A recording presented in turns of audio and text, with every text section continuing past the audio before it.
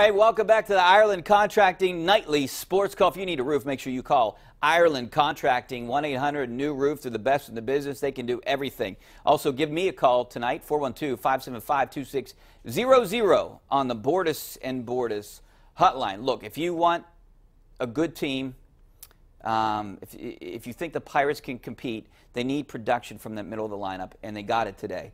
So if you're optimistic about this season, today's a good day to be optimistic, but if you're a pessimist, then, you know, they beat one of the worst teams in the majors. So you can look at it two ways, but I'm looking at it as, hey, they put up a lot of runs. I liked what they did. I liked what the middle of the lineup did. You know, you go Harrison, Polanco, Bell, Dickerson, all had hits.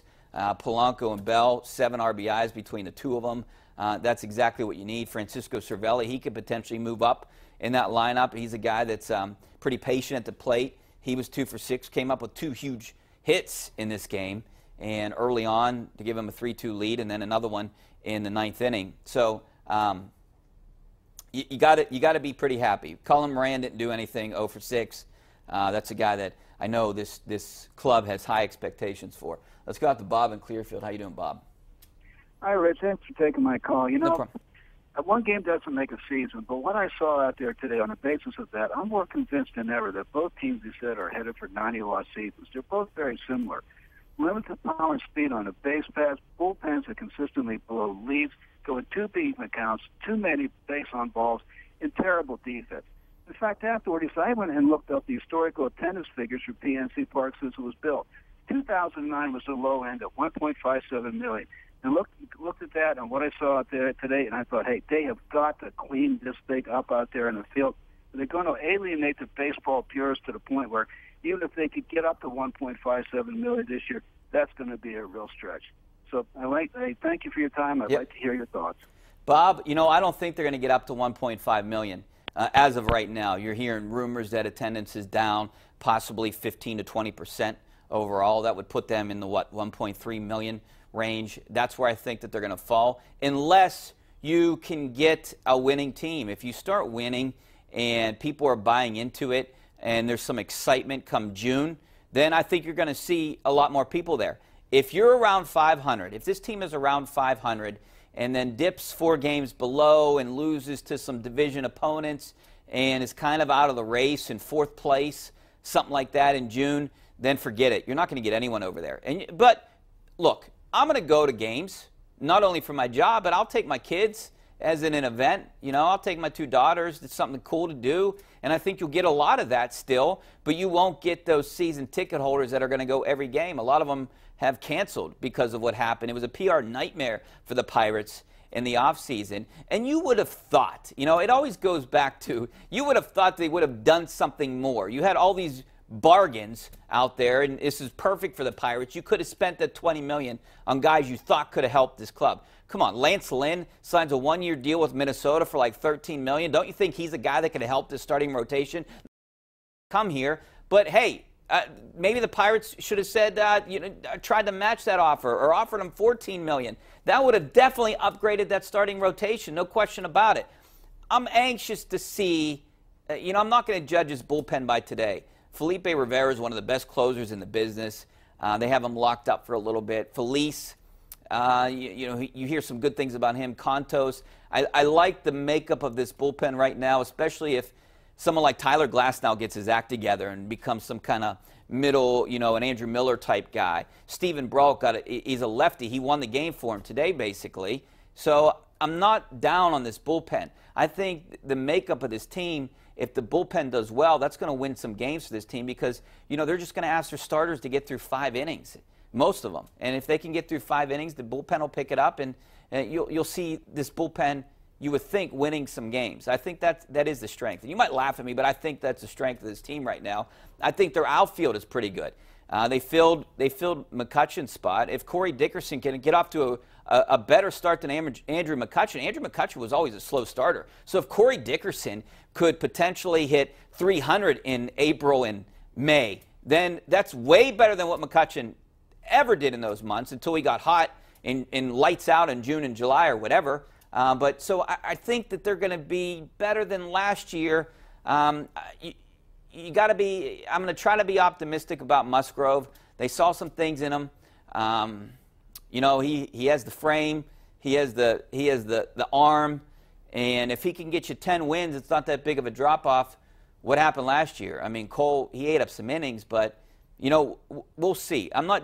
At first, I was thinking 70 wins for this team, but now I'm thinking more around 80, the 500 mark, unless they just unload a lot of guys at the trade deadline, which could happen if they're out of it. But I'm still upset, and I think a lot of fans are still upset, and you're going to see that with attendance, that they didn't spend that $20 million that they saved from Andrew McCutchen and Garrett Cole.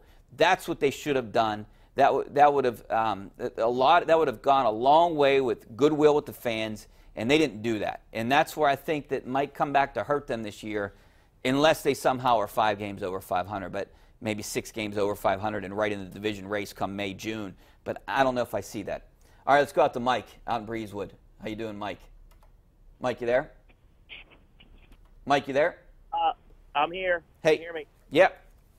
Yep. I see the same thing under hurdle clubs as I've always seen. Marte jogging to first base. He got a triple, but a good throw. It would have been really close. It would have been. You're right. Turned around. Polanco turning around, running to third, watching the ball in the outfield, taking off for home.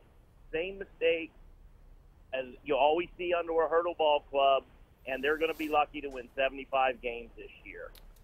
Well, you know what? 75 games isn't that far off where I am. I think it's 80 to 82. That's 7 games. And I think maybe a manager is responsible for about 5 games in an entire year.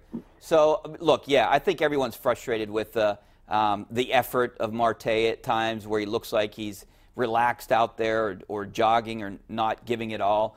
And also all the base running mistakes you see by Polanco, and he's horrendous in the outfield. I mean, he's a guy that you wish he could just be a DH. I mean, he's got to be one of the worst outfielders I've seen in the last, decade or so at PNC Park. It just seems like every fly ball is an adventure with this guy. But, you know, look what he did at the plate today. 3 for 5, 4 ribbies. This is what you're hoping you're getting out of this guy. And maybe this is the year. Everyone's hoping that they have a lot invested in this guy, and they're always hoping that next year is the year. Maybe this is the year. But, I mean, a lot of things have to hit for them to win 82 games even, 81 games, let alone 87.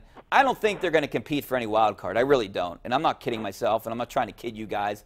I don't know what the Pirates are trying to spin with that. But I think they could be around 500, and maybe next year a little bit better. But, like, my problem with them, what I've said from when they traded McCutchen and Cole, that, you know, they better go and spend that $20 million or a lot of fans are going to be upset. And we're going to see what happens. It's going to play out right in front of us, and we're going to see. Mike, you there? All right, let's go out to Brad in Duncansville. How you doing, Brad? Good. How are you? Good. Thanks for calling.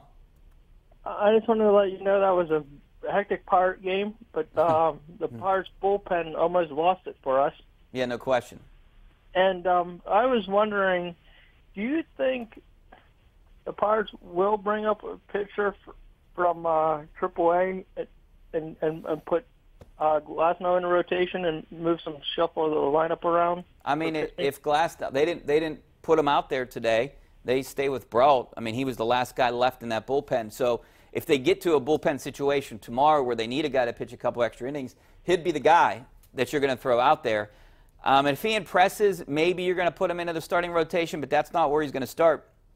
Ray Seard said about a month ago that they're going to do it the way they used to do it. You know, he's going to try to work his way into the starting rotation, pitching well out of the bullpen. And maybe that's what he needs. He needs some kind of comfort level because he's absolutely dominated the lower levels like AA and AAA. And we'll see what happens in majors because, I mean, this guy, he has the stuff. He has the arm. He just got to prove that he can get major league batters out, and that hasn't really happened for him. And he had a rough spring, but, hey, you got to stick with him, see if you can just kind of make him into a pretty good pitcher, and maybe you'll see him in the rotation. He's not gonna beat out any of these guys in there. The next person in would be Steven Brault, and so the next person in probably would be Glasnow. He's probably your 7th guy right now, they're not going to be bringing any minor league guys up anytime soon. All right, we got to take a break. Back with more of your phone calls, some of your tweets coming up next. Stay right there.